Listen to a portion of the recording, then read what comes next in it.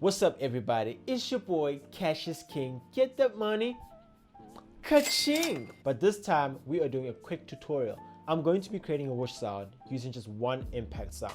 So basically, I'm going to show you guys the real basic principle of how this is going to work.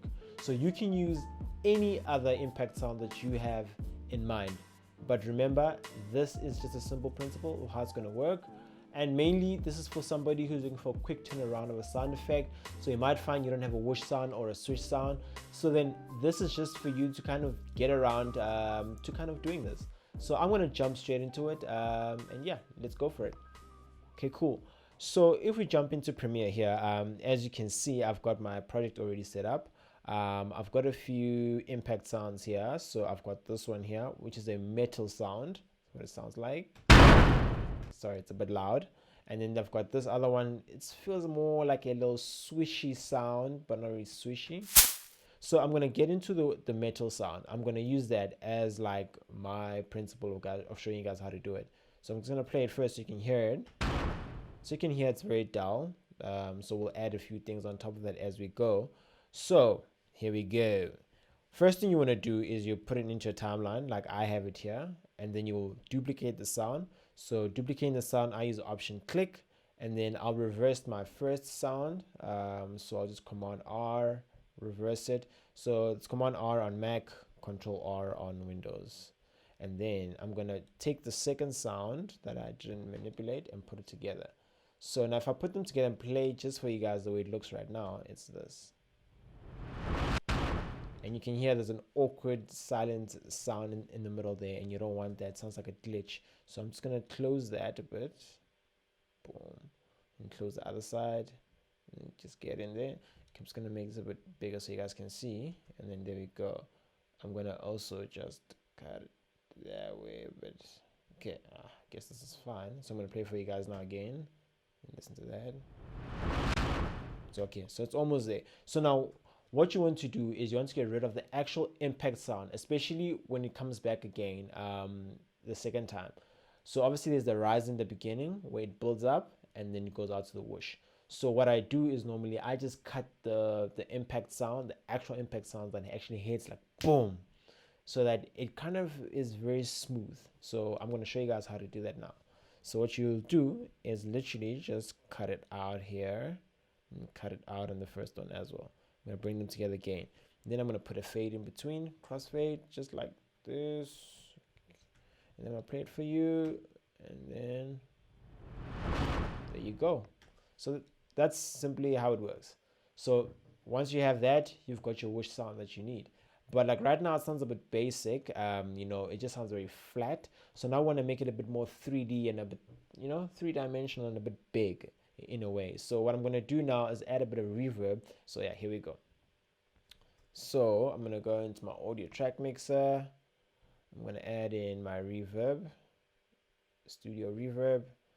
Okay, cool. So if I play with my studio reverb of what I have now, this is what it sounds like. So it doesn't sound like much. So I'm going to go into my studio reverb. So I'll double click into it. And then what I'll do is actually take down the dry sound a bit and bring up the wet sound.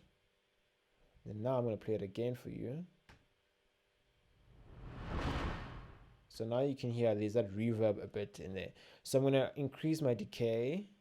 And then I'm going to bring up my early reflections a bit. And then I'm going to play that again for you. There we go. So now it's sounding a bit more interesting. We're getting that reverb. It's sounding very big. So I'm going to play that for you again so you can listen to it. So what I'll do is I'll also take down the dry a bit more down and have more of the wet, and then we listen. So yeah, so with that you can hear it sounds a bit more wet and more lush. But I'll just bring back the dry up a little bit, and then I'll just,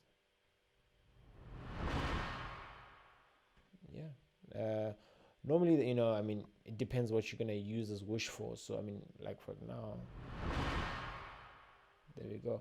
I think that works for now. You can just use that for whatever you're going to use it for. So if you're going to be doing titles, it will depend how you want it to sound. right now for me, the way it sounds like an animation of a title really just coming in slowly and whoosh on your screen. Other people are doing infographics, so you might find you might have to cut the sound a bit more, like a bit down. So let me just show you what I mean by cutting it down a bit more. So what I'll do now is actually reduce the impact sound even more. So literally I'm going to use the tail and the small build up for both, just to show you guys what I mean by that. Boom. Just do that. Then you put a crossfade in between. Then listen to it. Yeah, so let me just take up the volume a bit so you guys can hear. So yeah, so I mean it literally just sounds like almost like a whoosh swish. Yeah. So you can make it small, you can make it big depending on what you want to do. So if I go a step further, if I nest this, so I'm gonna go nested, and then once I've nested, I play it back. So it sounds like, once you've nested, you can actually even slow it down to sound a bit more dramatic. So let's say I'm gonna make it play, let's say at 60% or maybe the half. Let's do half. So this is what it's gonna sound like now.